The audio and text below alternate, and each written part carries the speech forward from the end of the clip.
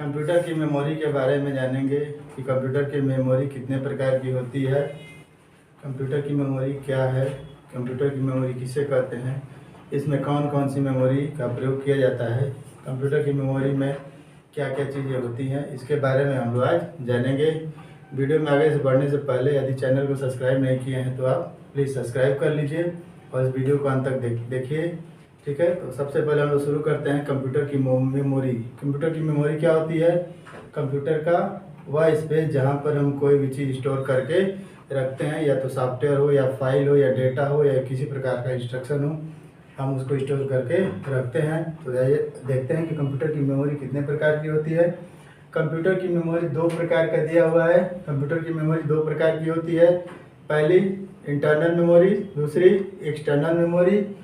Internal memory को main memory कहा जाता है और इसको प्राइमरी मेमोरी भी कहते हैं। इंटरनल मेमोरी को मेन मेमोरी और प्राइमरी मेमोरी कहते हैं। इसके बाद एक्सटर्नल मेमोरी, दूसरी मेमोरी कौन सी है? External memory. इसको सेकेंडरी मेमोरी या ऑक्सिलरी सहायक मेमोरी भी कहा जाता है। या सेकेंडरी मेमोरी है और सहायक मेमोरी भी है और एक्सटर्नल मेमोरी है। दो प्रकार की मेमोरी होती है कंप्यूटर में। मुख्य रूप से दो प्रकार की मेमोरी होती है। पहला प्राइमरी मेमोरी, दूसरा सेकेंडरी मेमोरी।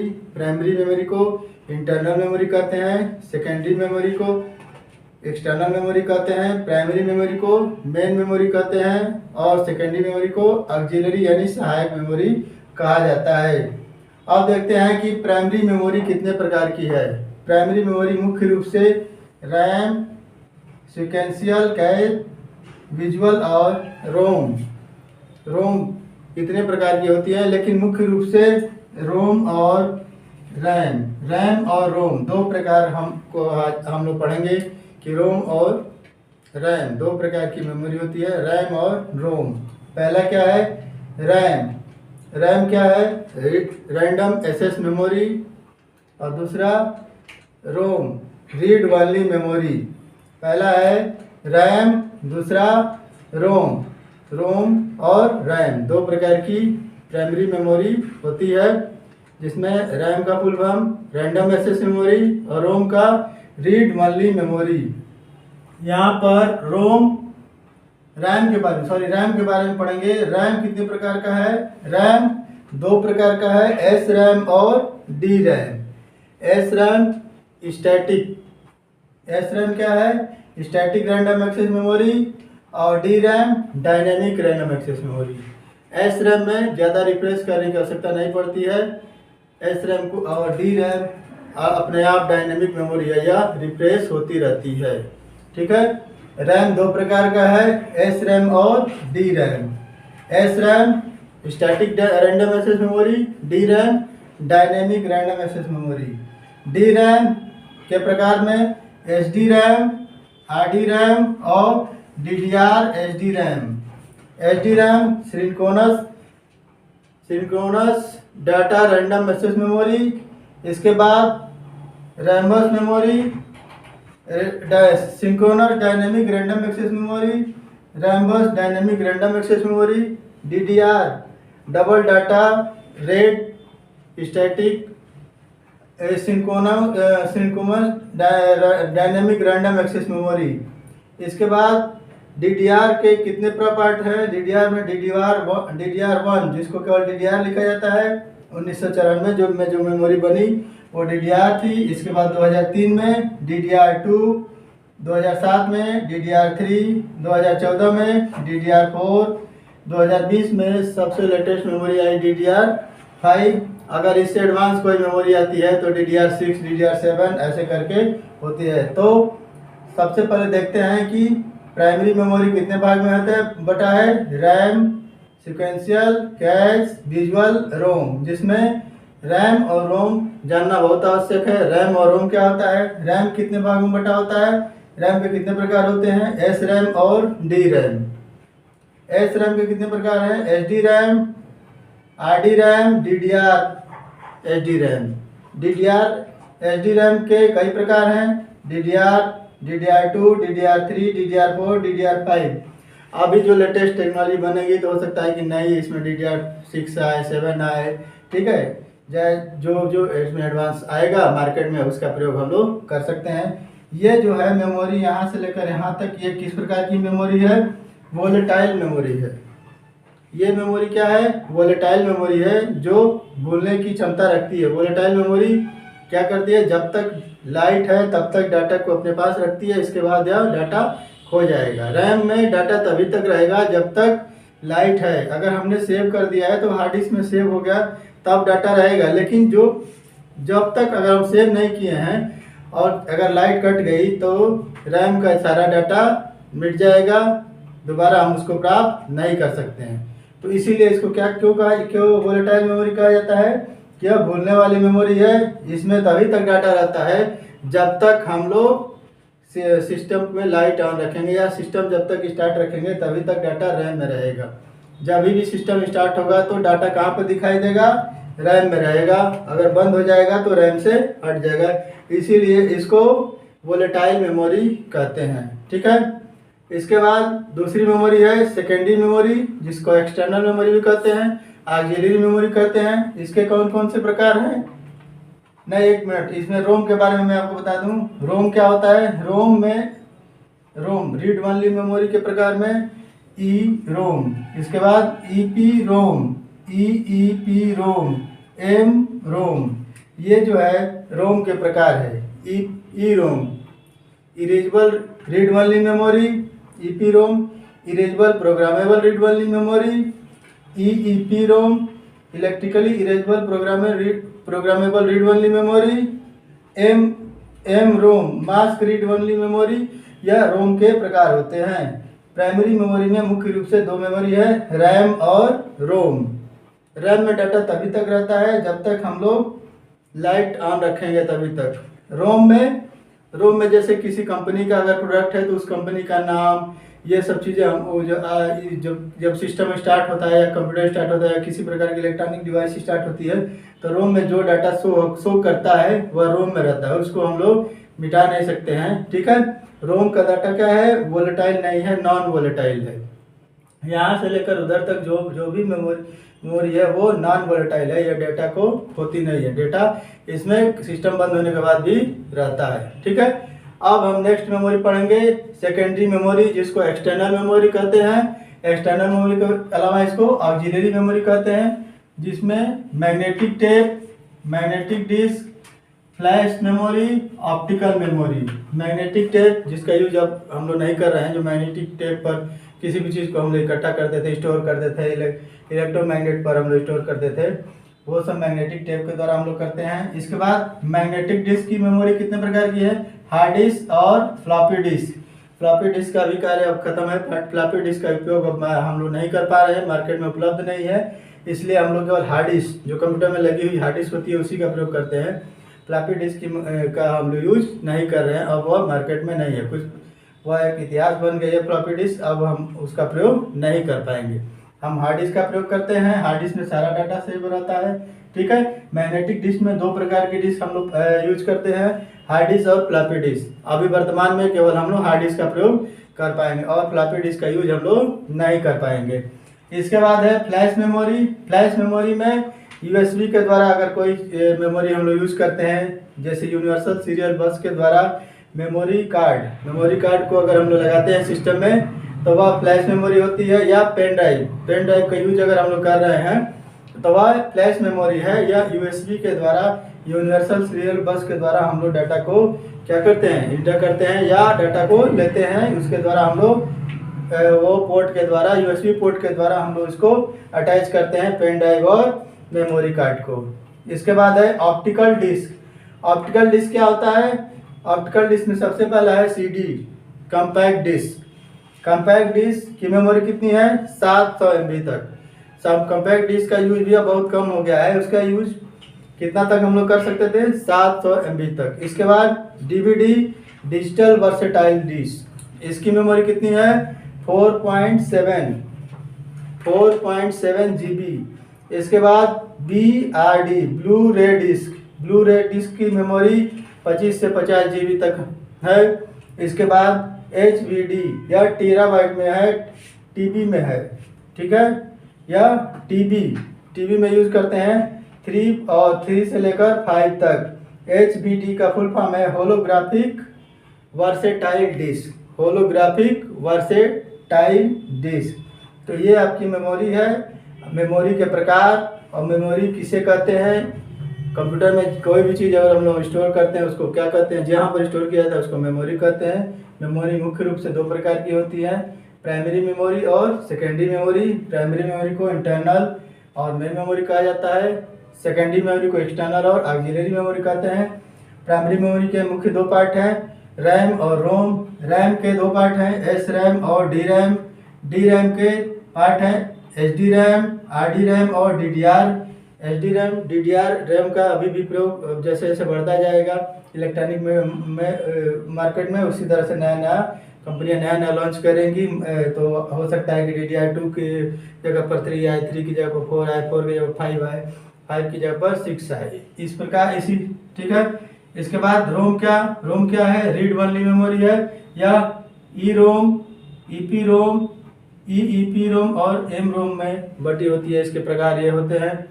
एक्सटर्नल मेमोरी के प्रकार magnetic tape, magnetic disc, flash disc और ऑप्टिकल डिस्क का प्रयोग किया जाता है। मैग्नेटिक टेप का प्रयोग अब कम हो गया है। मैग्नेटिक डिस्क में हार्ड डिस्क का प्रयोग हम लोग करते हैं, फ्लॉपी डिस्क का प्रयोग नहीं हो रहा है। फ्लैश मेमोरी में मेमोरी कार्ड का यूज अब हो सकता है कम हो जाए। ठीक है, अभी चल रहा है लेकिन हो सकता है कम हो जाए। पेन ड्राइव का यूज अभी हो रहा है, हो सकता है उसकी भी आवश्यकता नहीं पड़े इस तरह डिवाइस की। इसके बाद ऑप्टिकल डिस्क में CD, DVD, BRD और HBD, compact disc, digital versatile disc, इसके बाद ब्लू रे डिस्क, इसके बाद HBD होलोग्राफिक वर्सेटाइल डिस्क का प्रयोग हम लोग करते हैं। ठीक है, तो इस वीडियो में इतना ही। मैंने आपको आज मेमोरी के बारे में बताया, कंप्यूटर की मेमोरी के प्रकार, कंप्यूटर की मेमोरी कौन सी मेमोरी किस प्रकार की मेमोरी है। हाँ, यहाँ से देख लीजिए कि ये वोलेटाइल मेमोरी है, ये अपनी डाटा को खो देती है लाइट कटने के बाद। और यहाँ से जो यहाँ रोम से जो इधर जो भी मेमोरी दिखाई दे रही है यह नॉन वोलेटाइल मेमोरी है, यह अपने डाटा को नहीं खोती है। डाटा लाइट जाने के बाद या सिस्टम बंद होने के बाद दोबारा जब स्टार्ट करेंगे तो वह डाटा आपको प्राप्त हो जाएगा। जिस प्रकार किसी कंपनी का नाम अगर किसी डिवाइस पर आ रहा है तो दोबारा जब स्टार्ट करेंगे तो भी उस कंपनी का नाम ही आएगा। लेकिन इस मेमोरी में अगर रैम जो भी डाटा रहेगा वो लाइट या स्विच ऑफ करने के बाद वह डाटा खत्म हो जाएगा, भी दोबारा प्राप्त नहीं हो पाएगा। हाँ, अगर रैम से डाटा को हार्ड डिस्क में लोड कर दिया गया है तो दोबारा हमको प्राप्त हो जाएगा, लेकिन उस तरीके से प्राप्त नहीं होगा जैसे हमने सेव किया है उसी तरीके से प्राप्त होगा, जिस तरीके से हमने यहाँ से रैम से सेव किया है। रैम से अगर जिस प्रकार से सेव किए रहेंगे हार्ड डिस्क में उसी तरह से प्राप्त होगा। लेकिन हम किस में देखेंगे, उसको रैम के द्वारा ही देख पाएंगे। हार्ड डिस्क तो क्या है, स्टोरेज कैपेसिटी है, बस स्टोर करता है, लेकिन डाटा कहाँ दिखाई देगा, रैम के द्वारा डिस्प्ले होता है। बिना रैम के डाटा डिस्प्ले हम लोग नहीं कर पाएंगे। ठीक।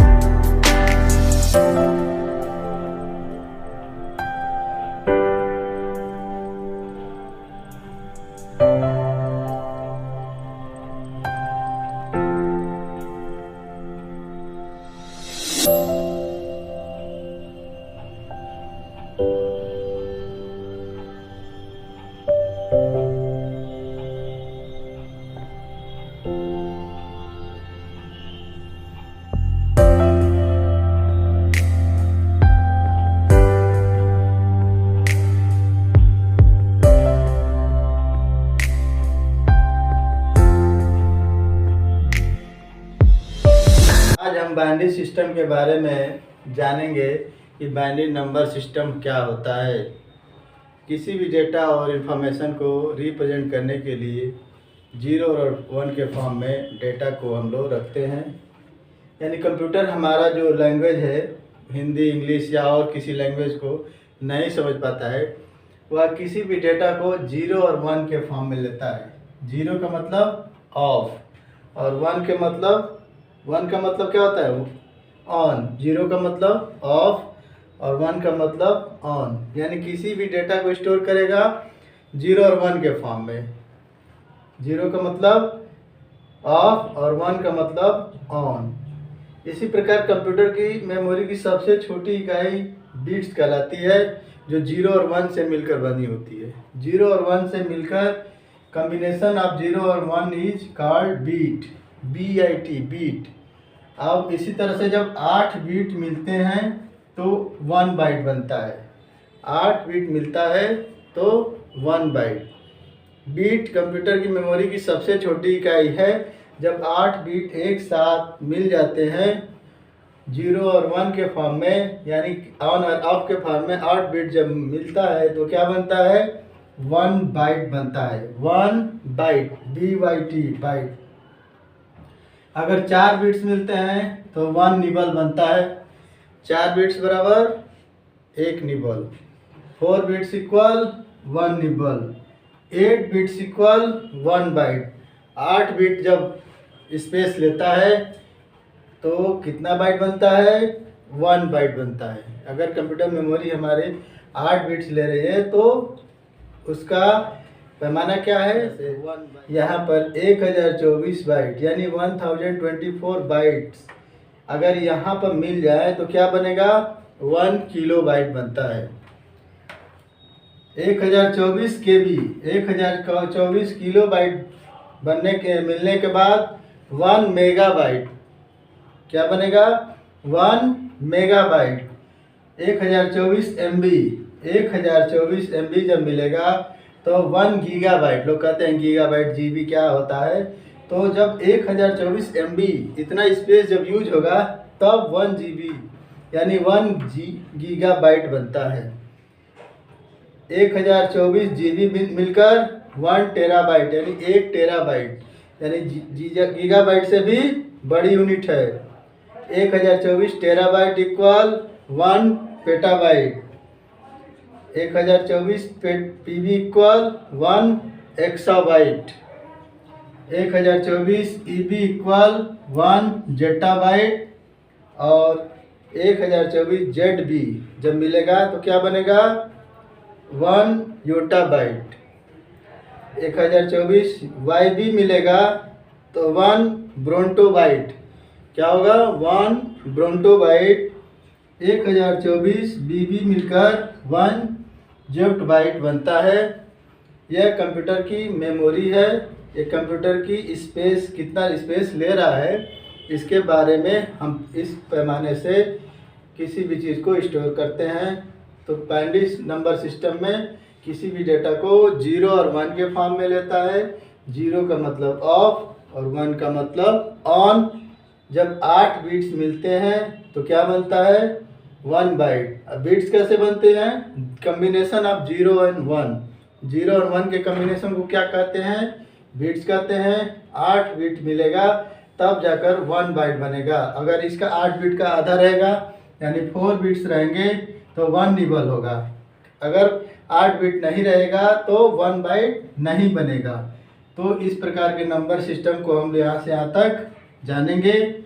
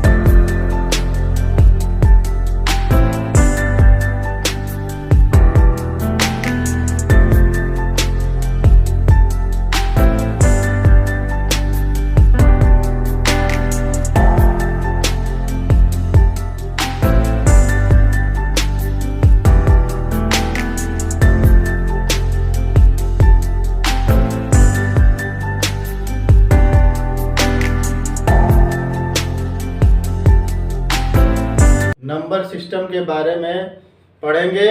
नंबर सिस्टम क्या होता है? नंबर सिस्टम डेटा तथा इंफॉर्मेशन को रिप्रेजेंट करने के लिए बनाया गया है। नंबर सिस्टम मुख्य रूप से 4 प्रकार के हैं: decimal number system, binary number system, octal number system और हेक्साडेसिमल नंबर सिस्टम। यदि रेडिक्स की बात करें यानी बेस की बात करें तो डेसिमल नंबर सिस्टम का बेस होता है 10, बाइनरी नंबर सिस्टम का बेस है 2, ऑक्टल नंबर सिस्टम का बेस 8 होता है और हेक्साडेसिमल नंबर सिस्टम का बेस 16 होता है यानी 16। डेसिमल नंबर सिस्टम में 0 से लेकर 9 तक के डिजिट का यूज करते हैं जिसकी टोटल संख्या 10 है। बाइनरी नंबर सिस्टम में 0 और 1 का प्रयोग करते हैं जिसका नंबर टोटल है 2। ऑक्टल नंबर सिस्टम में 0 to 7 का यूज करते हैं जिसको जोड़ने पर 8 आएगा। हेक्साडेसिमल नंबर सिस्टम में नंबर का प्रयोग करते हैं और सिंबल का भी प्रयोग करते हैं। हेक्साडेसिमल में नंबर और सिंबल का प्रयोग करते हैं। कितने नंबर है यहाँ पर? 0 से लेकर 9 करेंगे तो 10 नंबर और सिंबल कितने हैं? ए से लेकर एफ तक जब काउंट करेंगे तो 6 सिंबल हो जाएंगे यानी कितना हो गया? 16। इस नंबर सिस्टम में कितने अंकों का प्रयोग किया जाता है? 16 का। 16 नंबर का प्रयोग हम लोग करते हैं। तो ये है नंबर सिस्टम। नंबर सिस्टम के प्रकार, नंबर सिस्टम के रेडिक्स यानी नंबर सिस्टम का प्रयोग डेटा को रिप्रेजेंट करने के लिए, इंफॉर्मेशन को रिप्रेजेंट करने के लिए करते हैं जो डेसिमल, बाइनरी, ऑक्टल और हेक्साडेसिमल में बटा होता है। 4 ही होते हैं, नंबर सिस्टम 4 होते हैं जिसके रेडिक्स है 10, 2, 8 एंड 16। तो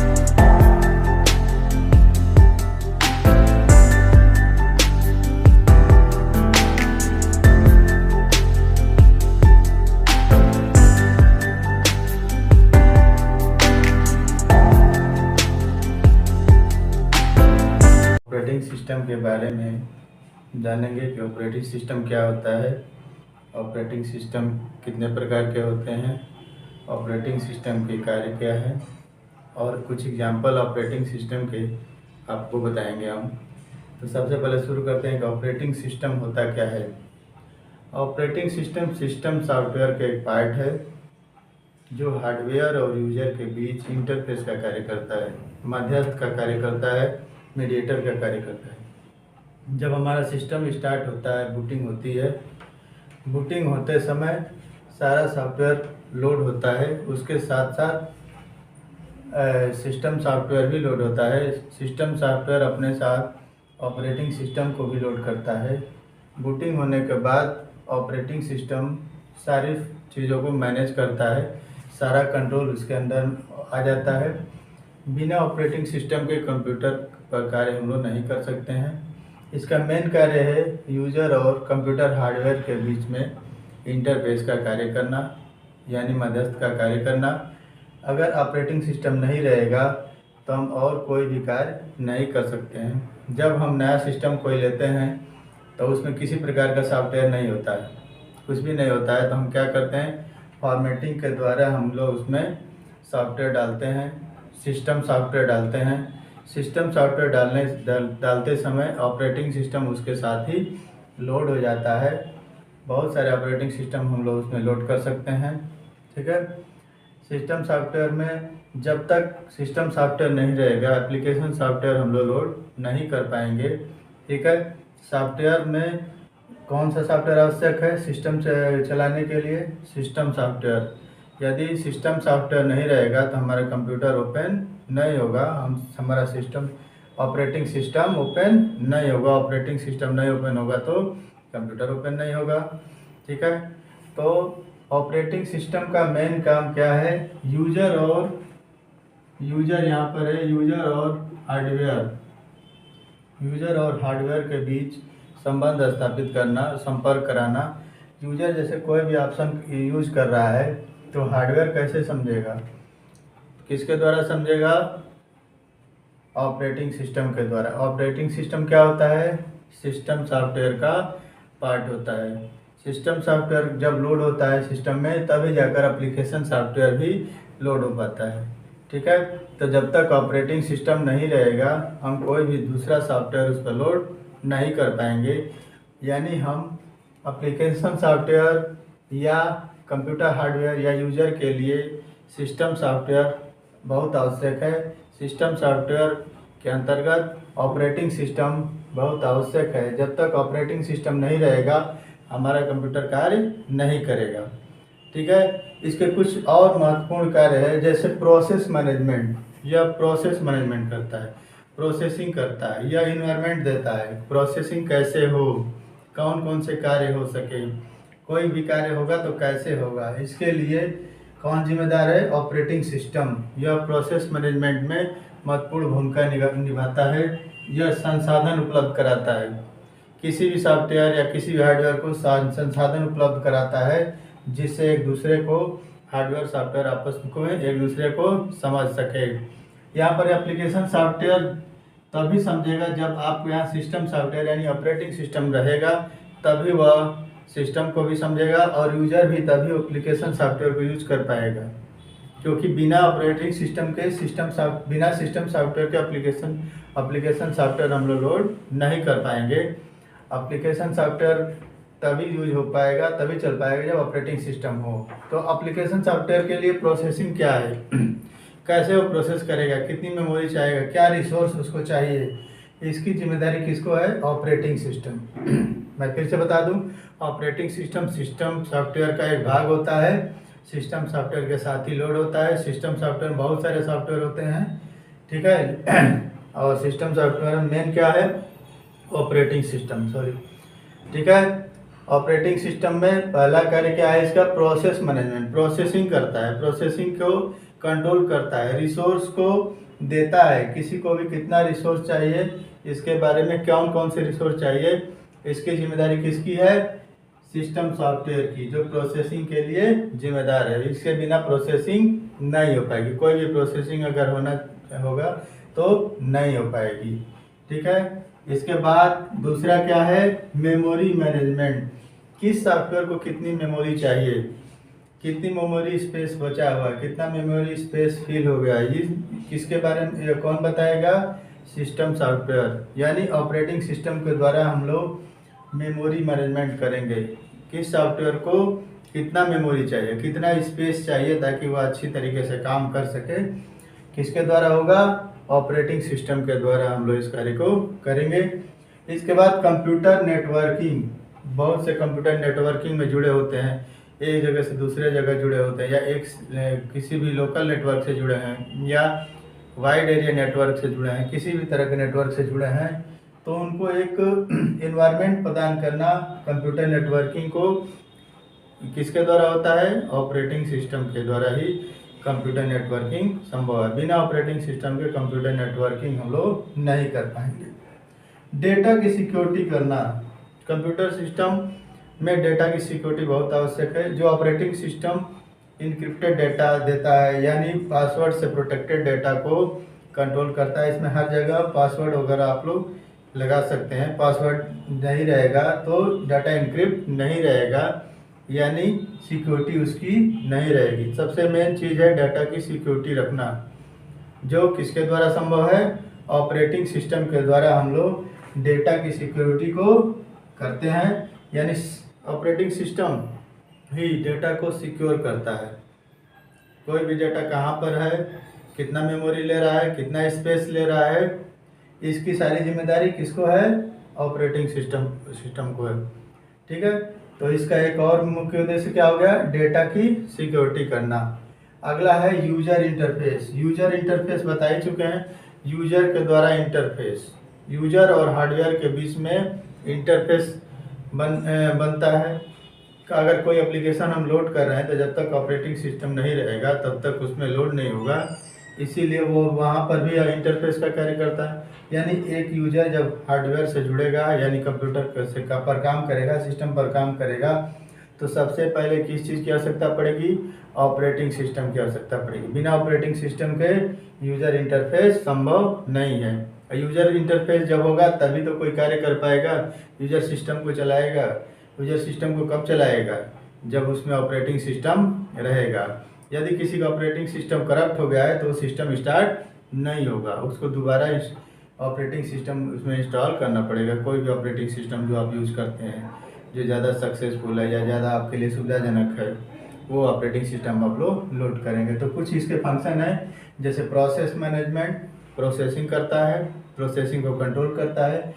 मेमोरी मैनेजमेंट, किस सॉफ्टवेयर को कितनी मेमोरी चाहिए, किस प्रोग्राम को कितनी मेमोरी चाहिए, इसका मैनेजमेंट करता है। कंप्यूटर की नेटवर्किंग का मैनेजमेंट करता है, नेटवर्किंग में कौन कौन सी चीज़ें लगेंगी, कहाँ कहाँ पर किसका ऑप्शन दिया हुआ है, इसके बारे में ये ऑपरेटिंग सिस्टम ही कार्य करेगा। डेटा सिक्योरिटी बहुत महत्वपूर्ण है, डेटा सिक्योरिटी के लिए भी ऑपरेटिंग सिस्टम जिम्मेदार है। डेटा सिक्योरिटी में मेन भूमिका निभाता है। यूजर इंटरफेस, यूजर को सभी सॉफ्टवेयर और हार्डवेयर से कंट्रोल कराता है, मध्यस्थ कराता है, इंटरफेस कराता है, यानी यूजर और हार्डवेयर के बीच में मध्यस्थ की भूमिका निभाता है। ठीक है, तो ये हो गए इसके ऑपरेटिंग सिस्टम के कार्य। मेन कार्य यही है, ऑपरेटिंग सिस्टम के मुख्य कार्य यही है। एक बार और बता दें कि बिना ऑपरेटिंग सिस्टम के हमारा कंप्यूटर सिस्टम नहीं ओपन होगा। अगर करप्शन हो गया है या करप्ट हो गया है तो उसको आप दोबारा लोड करेंगे तब जाकर कंप्यूटर सिस्टम चलेगा। अब कुछ टाइप्स ऑफ ऑपरेटिंग सिस्टम, कुछ ऑपरेटिंग सिस्टम के प्रकार हम लोग पढ़ेंगे। ऑपरेटिंग सिस्टम के प्रकार क्या है, जैसे पहला है batch operating system. Batch operating system क्या होता है, जैसे बैच मतलब टुकड़े में, पार्ट में अगर कोई ऑपरेटिंग सिस्टम लोड हो रहा है, ठीक है, तो उसको क्या कहते हैं, बैच ऑपरेटिंग सिस्टम। ठीक है, इसके बाद मल्टीटास्किंग, बैच ऑपरेटिंग सिस्टम हो गया। इसके बाद मल्टीटास्किंग मतलब एक से ज़्यादा कार्य करने वाला ऑपरेटिंग सिस्टम। इसके बाद डिस्ट्रीब्यूटेड ऑपरेटिंग सिस्टम, डिस्ट्रीब्यूटेड मतलब बटा हुआ है। अगर नेटवर्किंग में जुड़े हुए कंप्यूटर आपके पास हैं तो अलग अलग सिस्टम पर अलग अलग थोड़ा थोड़ा करके ऑपरेटिंग सिस्टम क्या होता है, पाया जाता है। ठीक है, उसको क्या कहते हैं, डिस्ट्रीब्यूटेड ऑपरेटिंग सिस्टम। ठीक है, इसके बाद multi user operating system. Multi user से जाहिर है कि एक से ज़्यादा लोग जब कार्य करेंगे, एक से ज़्यादा यूजर जब इस ऑपरेटिंग सिस्टम पर कार्य करेंगे तो वह कौन सा ऑपरेटिंग सिस्टम होगा? Multi user operating system. ठीक है। टाइम शेयरिंग, टाइम की शेयरिंग रहे, टाइम जो शेयर करे, टाइम की शेयरिंग ऑपरेटिंग सिस्टम, यानी हर कार्य के लिए टाइम शेयर रहे, वो operating system time sharing operating system कहलाता है। Real time operating system, real time का मतलब कि अभी के समय का जो ऑपरेटिंग सिस्टम है उसको रियल टाइम ऑपरेटिंग सिस्टम कहते हैं। जैसे एटीएम मशीन है, वह किस सॉफ्टवेयर पर काम करती है, किस ऑपरेटिंग सिस्टम पर काम करती है? Real time operating system. यानी यदि हम लोग कैश निकालने जा रहे हैं तो तुरंत आपको, अगर हमने उसको ऑपरेट किया तो तुरंत आपको कैश दे देगा। ठीक है, उसी को कहते हैं रियल टाइम ऑपरेटिंग सिस्टम। ये नहीं कि आज कैश निकालने जाएंगे तो कल देगा, तो पता चला कोई दूसरा ले लेगा। ठीक है, इसलिए वहाँ पर कौन सा ऑपरेटिंग सिस्टम यूज किया जाता है? रियल टाइम ऑपरेटिंग सिस्टम, जिससे तुरंत काम हो और वहीं पर काम हो। ठीक है, उसको क्या कहेंगे? Real time operating system. इसके बाद है मल्टी प्रोसेसिंग। बहुत सारे प्रोसेसिंग जब एक साथ होने लगे, ठीक है, तो उसको मल्टी प्रोसेसिंग ऑपरेटिंग सिस्टम होता है। जैसे आवश्यकता के अनुसार हम लोग कोई भी इसमें से किसी भी प्रकार के ऑपरेटिंग सिस्टम का प्रयोग करते हैं। ठीक है, जैसे यहाँ पर नेटवर्क ऑपरेटिंग सिस्टम एक दिया गया है। ठीक है, जो नेटवर्क पर आधारित ऑपरेटिंग सिस्टम हो। ठीक है, नेटवर्क को भर में को चलाए, नेटवर्क पर चले, ऐसा operating system network operating system कहलाता है।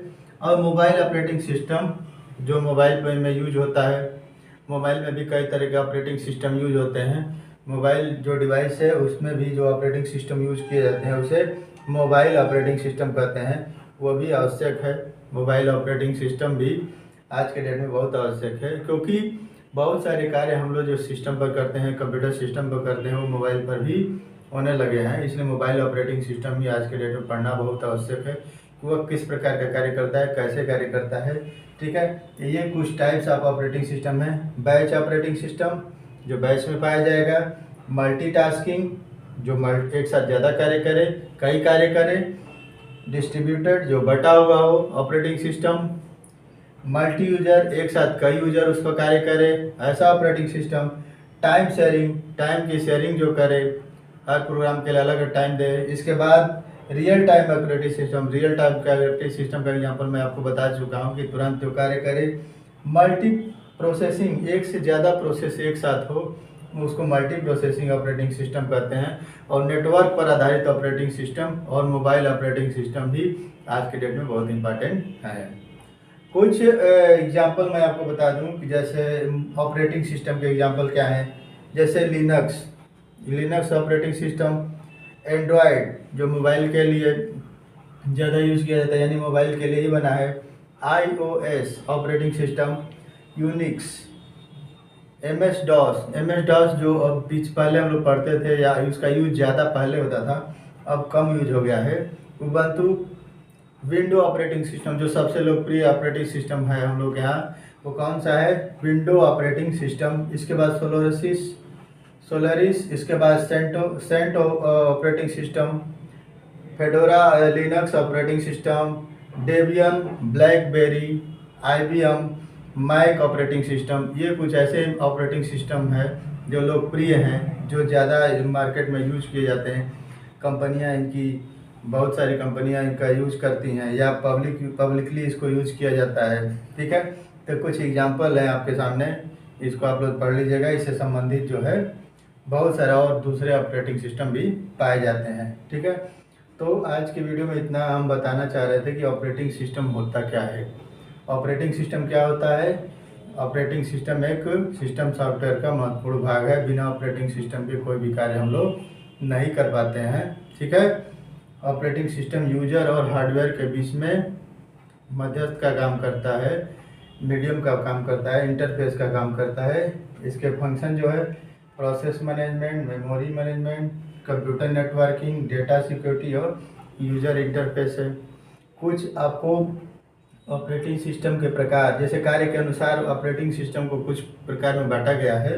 ठीक है, जैसे batch operating system, multitasking operating system, distributed operating system, multi user operating system, real time operating system, time sharing operating system, multi processing operating system, new network पर आधारित operating system, mobile पर आधारित operating system और कुछ example आपको यहाँ पर मैं बता दिया हूँ। ठीक है, तो ये आप लोग के लिए बहुत इम्पोर्टेंट है, आप इसको पढ़िए। इससे संबंधित क्वेश्चन जरूर कहीं ना कहीं किसी न किसी एग्ज़ाम में आपको पूछे जाएंगे, भले लो लेवल का एग्ज़ाम हो या बढ़िया कोई बड़ा एग्ज़ाम हो, सारे एग्ज़ाम में कहीं ना कहीं आपको इससे संबंधित एक क्वेश्चन जरूर कभी ना कभी पूछा जाएगा।